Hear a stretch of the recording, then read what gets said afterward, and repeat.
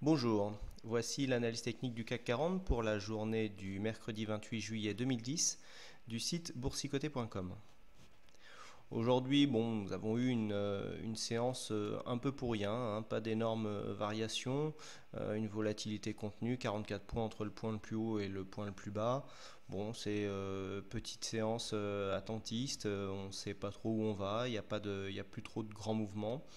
On a l'impression que les marchés ont tendance à s'essouffler un petit peu sur cette tendance de hausse que nous avons pourtant et qui a de bons signaux. Nous avons ouvert sur 3680,60, donc en relative hausse.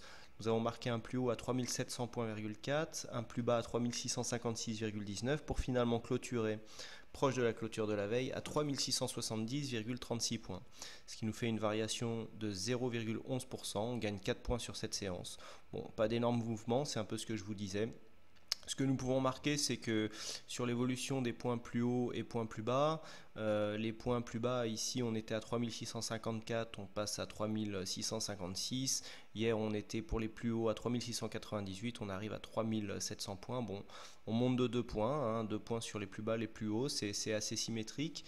Voilà, on est toujours dans une tendance légèrement haussière, puisque même la séance finalement est haussière, hein, pour 0,11%. Mais on a quand même un sentiment d'essoufflement sur cette, euh, sur cette séance. Ce que nous pouvons marquer par contre, c'est que le plus bas par deux fois est venu s'appuyer ici sur le haut du gap, hein, puisque c'était hier le plus bas de la veille qui avait donc défini le haut de ce gap ici du trouble de cotation. Les marchés ont l'air d'avoir trouvé ici leur résistance. Donc il faudra supprimer, donc là on supprime ici les retracements et on va venir changer la barre, hein, voilà. Hop, on va venir changer la barre de place et on va la mettre ici sur le point haut, voilà ce qui correspond mieux en fait au haut du gap. Ici donc on considère qu'on a une résistance qui était là, qui est venue se transformer en support. On voit bien qu'on est revenu rebondir dessus ici sur le plus bas. Donc c'est maintenant cette zone qu'il faudra surveiller. En cas de cassure, nous pourrions rejoindre ici la zone des 3545 points, 3540, 50 points. Euh, pour l'instant, au niveau des volumes, nous sommes toujours légèrement au-dessus de la moyenne. Donc on remarque que malgré une faible volatilité, il y a quand même beaucoup d'échanges de titres. Donc c'est assez... il faut le remarquer. Alors, suite à une tendance haussière, ça peut avoir deux significations. C'est pour ça qu'il faudra bien surveiller ici cette zone.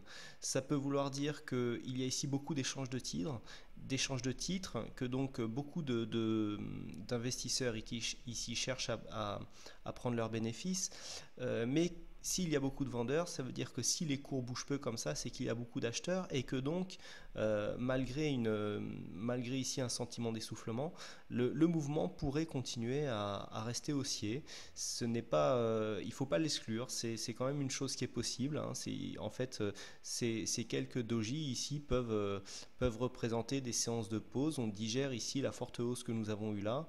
On a marqué un nouveau plus haut par rapport au plus haut que nous avions ici. On digère. La tendance peut repartir à la hausse.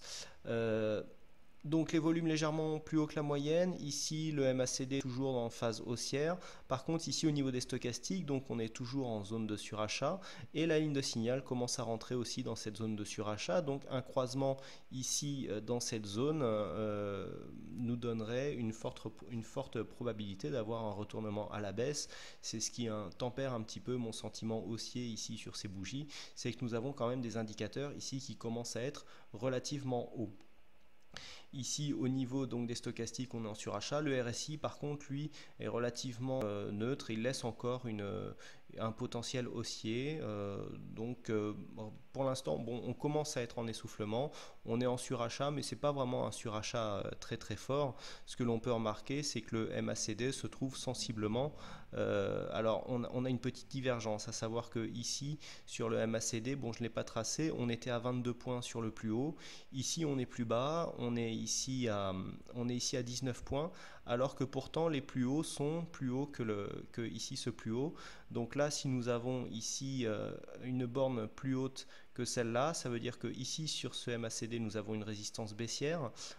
Là, par rapport au graphique, on ne va pas la tracer, c'est pour ça que je vous l'explique. Ça veut dire qu'ici, si on trace une droite d'ici à ici, elle sera légèrement baissière, alors qu'ici la droite serait légèrement haussière. Donc on a une légère divergence qui pourrait nous faire en général, c'est un signe de prochain retournement de tendance, mais pour l'instant, la divergence est très légère.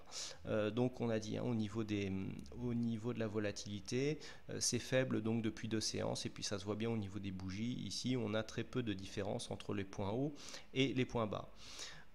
Concernant les trades conseillés sur le site boursicoté.com, donc nous avons aujourd'hui un trade qui s'est déroulé sur 2 séances.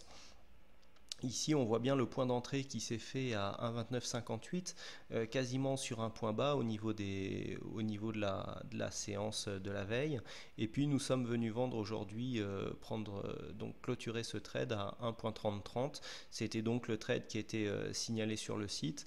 Donc 70 pips sur ce trade. Le trade baissier, donc concernant une cassure des 1,58, des 1,2958 n'a pas été pris aujourd'hui et il n'y a pas eu d'autres trades haussiers. Donc par rapport au Forex et donc aux signaux conseillés sur le site, c'est 70 pips de bénéfices pour cette séance. Voilà ce que l'on peut dire donc sur l'analyse technique du jour. Donc pour l'instant statu quo, on est dans une certaine stabilité. Il faudra donc surveiller ici à la hausse la cassure des 3700 points qui pourrait relancer donc la tendance haussière. Et puis ici à la baisse, une tentative de cassure des 3650. Alors le signal, ça sera ici le comblement du gap. On pourrait très bien repartir à la hausse donc après avoir comblé le gap. Si on vient casser ici assez fort pour revenir ici sur la ligne de tendance, en cas de cassure de cette ligne de tendance, on pourrait rejoindre assez rapidement les 3550 points. Voilà ce que l'on peut dire donc pour les tendances à venir. Je vous remercie pour toute votre attention et pour votre fidélité concernant le site boursicoté.com. Merci encore pour votre nombreuse visite et je vous souhaite une bonne soirée. Je vous dis à demain pour une prochaine analyse. Bonsoir.